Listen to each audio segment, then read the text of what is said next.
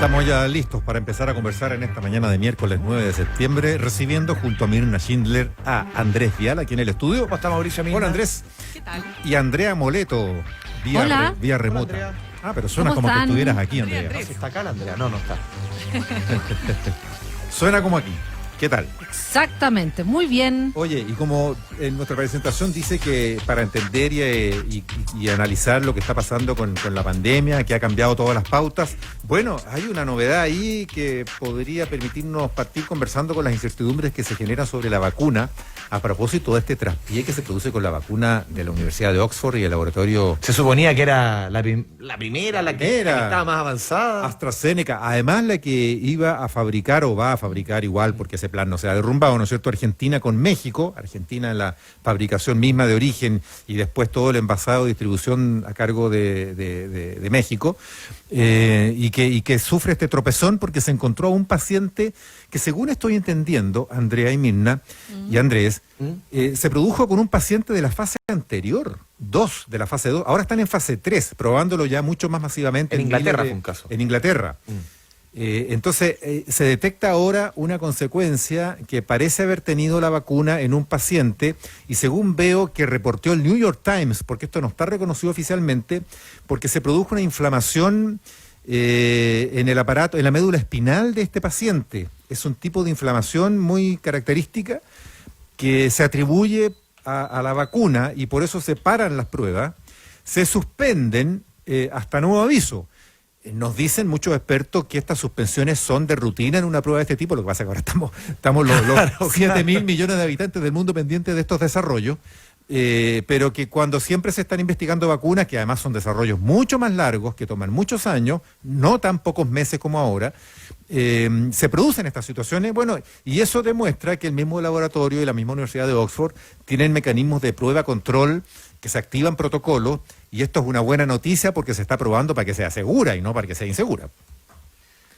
Y esto se cruza también con la información que entregó hoy día y que baja más el ánimo la Organización Mundial de la Salud respecto a que la vacuna anti-COVID no estará disponible masivamente antes del 2022. No sé si tenga... Exactamente, no sé si esté amarrado con lo que es una reacción a lo de AstraZeneca. Yo creo que no, pero lo que da a entender la OMS es que antes del 2022 masivamente no vamos a tener vacuna. Y esto preocupa un poco lo que ustedes estaban diciendo antes en la revisión de las noticias, Mauricio, respecto a lo que está sucediendo en Argentina con la cantidad de casos, lo que está pasando en la India, lo que está pasando en España con los rebrotes. Estamos viendo que la situación en algunos países, como en España, está volviendo lamentablemente a esa normalidad que sufrieron en marzo, en abril, que la situación, y vamos a tener que acostumbrarnos como país aquí en Chile, quizás con estas proyecciones que hace la OMS, a vivir lo que estamos viviendo ahora, este sub y baja de números, esta entrada y salida de transición, de preparación, de cuarentena, quizás todo el 2022, ¿no? Ahora, Andrea, yo creo que sucede con la vacuna, o al menos a mí, me vino como un desplome anímico, debo reconocerlo, como a sabiendas igual que esto iba a ser más lento. Ya sabíamos que no era tan rápido, pero yo creo que tenemos, quizás porque, yo creo que hay dos factores que influyen. Uno, que estamos casi en como unos reality, es decir, siguiendo en vivo algo de lo cual antes no sabíamos.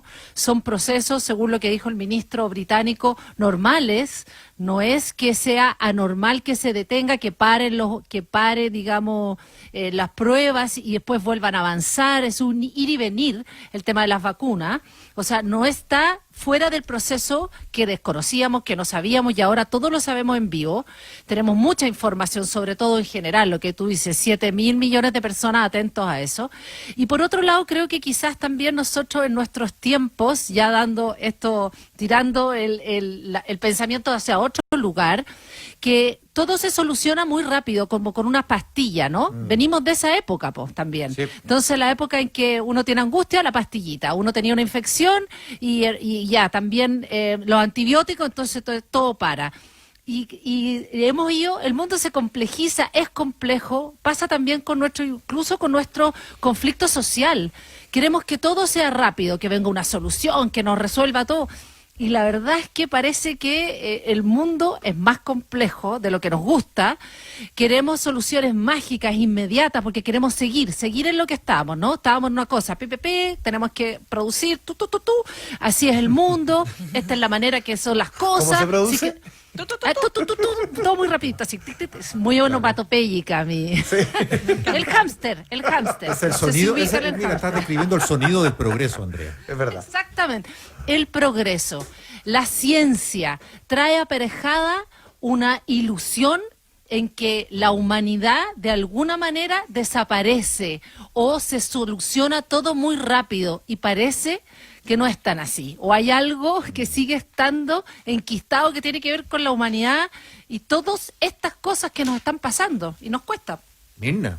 Es que no tengo más que agregar, compañero. Es que esa reflexión de la Andrea nos dejó para adentro. Interesante, ¿no? Lo encuentro buenísimo. Abarcadora, además. No tengo más que agregar. Yo lo que asumo es que en una de esas, no sé si les parece, nos vamos a tener que comer todas nuestras palabras y nuestros sombreros, porque las noticias de la Sputnik rusa son re favorables.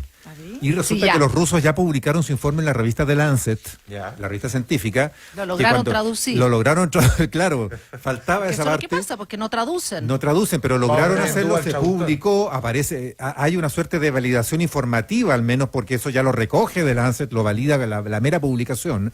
Los resultados dicen que son favorables, aseguran que empiezan a vacunar a la gente antes de fin de año en Rusia. Y hay otra vacuna rusa que viene, la Vector Vac Corona, que ya también está en una fase súper avanzada y también ya están cerrando los capítulos de prueba con los últimos lotes de pacientes.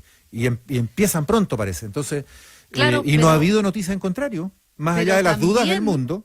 Pero es que en Rusia el control también informativo sabemos, también es... Claro, pero es que no, claro, por eso te digo, tendremos que, es una interrogante, pero así como están informándolo y contándolo, ninguna investigación al menos o prueba de esa fórmula en otro lado ha dicho nada en contrario, o sea... No, pero a lo que me refiero que es, pero también sabemos que estos virus van a volver a aparecer. Sí. Y no es a lo mejor se va a cambiar en con otro nombre, porque va a mutar.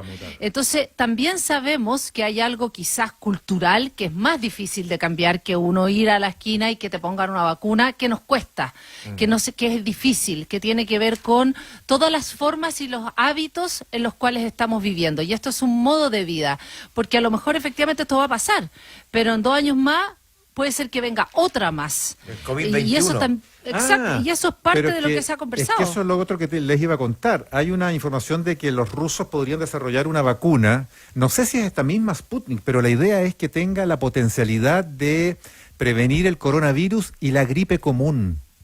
Ya, pero los rusos están como en otra ¿Será estratosfera. posible? O sea, bueno, porque que la gripe común es lo más extendido y no en la mayor parte de los casos, salvo en algunos que en ciertos grupos de riesgo se convierte en algo peor, pero si lograran una vacuna para eso sería un gran progreso para la humanidad. ¿O no? Sí, claro, por supuesto, que ¿será? Es como lo que yo digo, que es como por los antibióticos. Claro. Por cierto, nos cambiaron la vida. Sí, pues, cambiaron. Pero hay algo de lo humano que sigue apareciendo una y otra vez. Por suerte. Que si no ya seríamos unos robots. Y eso tiene que ver con nuestra naturaleza. Hay algo de lo cual no podemos escapar, creo yo. Es como la gente que solamente, cuando uno dice me siento mal, me siento incómodo, tengo angustia y me tomo la pastilla y se me va a pasar todo. No es así. Sí, la humanidad sigue empujando en nosotros. Eso es la reflexión mayor nomás. Mira. Gran reflexión. Bueno, y está lo que citaba Andrés recién, que son... No, me estoy burlando, Andrea, al contrario, no. Yo le estoy mirando la cara a Andrea Moleta y no se está burlando. Es lo más serio que hay. Sí, me quedo pensando. Está acongojado Mauricio Hoffman acá. Me quedo masticando tus palabras. La humanidad. Sí, pues. No, me queda dando vuelta también lo que Andrés nos recordaba, ya lo habíamos comentado, Mirna, más temprano, que son estos datos bien terribles de Argentina. Ya pasaron las 10.000 muertes. Pasaron el 500.000 de casos. No creo que Alberto ahora toque la guitarra, ¿no? Claro, entonces hay una... y después de 6 meses de cuarentena que han venido empezando a liberar en las últimas semanas. Sabéis que yo tengo una pregunta para la Andrea, que la Andrea está muy vinculada porque su marido es argentino, pero me gustaría preguntarte, Andrea, ¿cómo te explicas tú esta explosión de casos? O sea, ¿qué fue lo que pasó? Porque estamos de acuerdo que aquí hay temas que tienen que ver con lo que pasa también en Perú, que es el hacinamiento. Perú también tiene la escoba. La informalidad económica en Perú. Exacto, pero pregunto, ¿hay alguna razón que tú tengas más clara de lo que se dice, ¿no? De por qué se produjo esta explosión de de casos en Argentina? Yo creo que nosotros vemos a los argentinos quizás como Buenos Aires nomás, pero la verdad es que Argentina es un país que, recordemos, tiene 40% de pobreza. Las que se llaman o conocidas como villas miserias, si nosotros hablamos de hacinamiento, esas son francamente ciudades que funcionan además totalmente fuera de la mano del Estado, o sea, donde no existe el Estado, pero ahí sí que no existe. Oye, porque... y Andrea, fuera de la mano del Estado y dentro de la ciudad, porque Sí, las villas miserias en Buenos Aires están mucho más metidas dentro del conglomerado Totalmente. urbano que acá, donde las tiramos a la periferia. Sí, po. Totalmente. O sea, entonces hay toda una pobreza que nosotros seguimos no relacionando con los argentinos, quizás por su nivel de educación, quizás porque efectivamente tienen salud, pero todo lo que son las condiciones sanitarias, olvídense lo que tiene, por ejemplo, en la provincia de Buenos Aires, lo que tiene que ver con la contaminación de los ríos, etcétera, etcétera. O sea, todo eso es un país que se ha desarrollado muy poco y las villas miserias son realmente ciudades aparte del Estado. Además que ahí también todo funciona medio como un poco como por tal provincia, son distintos también, ¿no? No son un gobierno centralizado, es un gobierno provincial, donde además los poderes son, bueno, ustedes ya saben, pues, o sea, la mafia ahí campea, pero yo creo que hay condiciones sanitarias que uno cree que Argentina no tiene y que son mucho más extremas que nosotros. O sea, hacinamiento, lo que son las villas miserias, es tanto peor de lo que se vive en los lugares, digamos, que son marginales acá. 40% pobreza. Sí, sí. También es un índice que es tal cual lo que tú hablas, la informalidad, etcétera, etcétera. Además es un país que está en el suelo en términos económicos. En términos económicos, esto lo han sorteado imprimiendo billetes. Imprimiendo billetes, Esa porque los maquinita recursos, algún minuto la- se corta. La deuda fiscal Y no además, tiene, la están yo creo que repartiendo hay el algo partido. que Fernández tenía también en términos políticos, afortunadamente, tenía un capital político que gastarse en el inicio, ¿no? Dejando a la gente en la casa, confiando, venían del macrismo, o sea, de Macri, donde ya estaba totalmente desgastado. Creo que él tenía un capital político, pero yo creo que sucedió, además lo dicen los epidemiólogos, no yo, es que estas curvas que son más o menos similares y depende cómo tú las vayas tratando y qué recursos tengas. No sé si Argentina tenía, por mucho que tiene salud universal, tantos recursos más que nosotros, sentido, sobre Andrea, todo con respecto a la trazabilidad. Sí, lo que tú dices que es bien importante. El otro día me tocó conversarlo hace un par de días con el epidemiólogo Gabriel Cavada, en el canal 24 horas, justamente el tema de Argentina, lo que tú dices, que en Argentina como que el virus estuvo dormido mucho tiempo y él decía, no se tomó ninguna medida se dejó estar, no hubo mayor Más que inversión. quedarse en la casa, po. Quedarse en la casa y eso era lo único y no se tomó, y de repente empieza a crecer exponencialmente y él hacía el parangón un poco con lo que está sucediendo en Magallanes.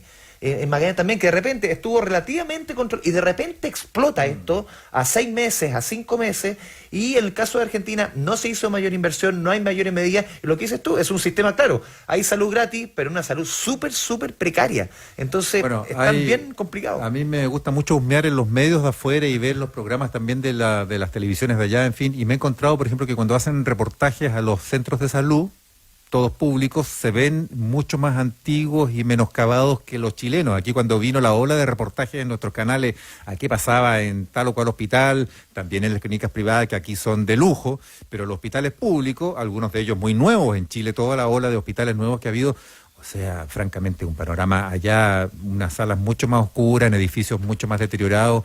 Entonces uno empieza a ver, aquí hay ciertas infraestructuras que no están tan mal o que han mejorado en estos últimos años. Ahora, hay otro punto. Los índices sanitarios de Chile, en lo que tú citabas, Andrea, que generan un contexto de salubridad general de Chile, son muy superiores a los de todos los demás países de América Latina. Por ejemplo, en saneamiento de aguas, ya que tú citabas el tema de los alcantarillados en Buenos Aires, han tenido una crisis terrible porque tienen unas cloacas del siglo XVIII que circulan por la ciudad. No hay tratamiento de agua, o está viéndola mucho más tardíamente que en Chile, que llevamos 20 años con tratamiento de agua. Entonces, por eso es que nos hemos librado también fácilmente en su minuto del cólera, con una conducta que fue muy atinada en su momento de la autoridad pública y de la ciudadanía. ¿Ah? Y sí, pero 90 el tema del cólera. Claro, y después ya no hemos vuelto a tener esos problemas porque empezamos con esas prácticas. Pues bueno, en fin, pero no hay que marcar diferencias que aquí tenemos unas precariedades tremendas también, pero quiero marcar esos puntos porque parecen las cosas que han estado golpeando más en un punto, más en los países vecinos. La contabilidad en Argentina, el otro día también estaba la polémica de la contabilidad de fallecidos en Argentina. Bueno, como ese es el otro DEX, tema. que se hace una vez al año. Ellos llegaron recién a los 20.000 exámenes. Sí, ¿no? Y el tema de la contabilidad de fallecidos en Argentina, se actualiza la información de fallecidos oficial una vez al año. Aquí en Chile se está entregando el DEIS, lo está entregando claramente con toda la polémica que trajo atrás, una vez a la semana. Y el tema Argentina, o sea, todavía no contabiliza los fallecidos del año 2019, todavía no tienen número oficial. Los últimos datos de fallecidos son de 2018. Exacto, entonces para saber la magnitud del efecto del coronavirus en Argentina, tanto de los fallecidos oficiales con examen PCR como los potenciales, vamos a tener que esperar hasta el final del 2021. Bueno, en España tampoco están contando todavía todos los fallecidos, pero también a fin de año quizás. No es fácil. Lo que me alegró fue saber que Perú parece haber tocado su pic, que es terrible, tiene la mortalidad más alta del mundo, pero parece haber señales en estos últimos días de alguna Yo declinación. tengo un hermano que vive en Perú ¿Chiquillos? hace 3 años y dice la situación allá es brutal. Terrible. O sea, Oye, yo solamente quiero para cerrar, no tenemos que ir a la pausa, pero estaba leyendo lanación.com de Argentina y tú sabes que la portada principal es son las protestas de la policía bonaerense. O sea, allá la policía Varios días, sale a ¿eh? protestar, ¿no? Claro. Reclamando salarios, en fin, ¿no es cierto? Mejores condiciones de trabajo, derecho a la sindicalización. ¿te imaginas que una marcha de carabineros? Pero por eso te Bueno, digo, en o sea, otros para países dimensionar... también hay protestas Sí, pues. policiales, ¿se acuerdan? En Europa, en Lógico. Francia. Por eso, Pero por digo, eso ¿se digo, o sea, imaginan acá? para dimensionar las diferencias, nomás Sí. que a veces nos comparamos mucho. Culturales, sí. Claro, pues somos muy parecidos en algunas cosas, ¿no? Pero en otras no tenemos, la verdad. No, allá estamos- salen los pobladores a reprimir a la policía. No. Ya, pues, córtela. Oiga, vamos a una pausa.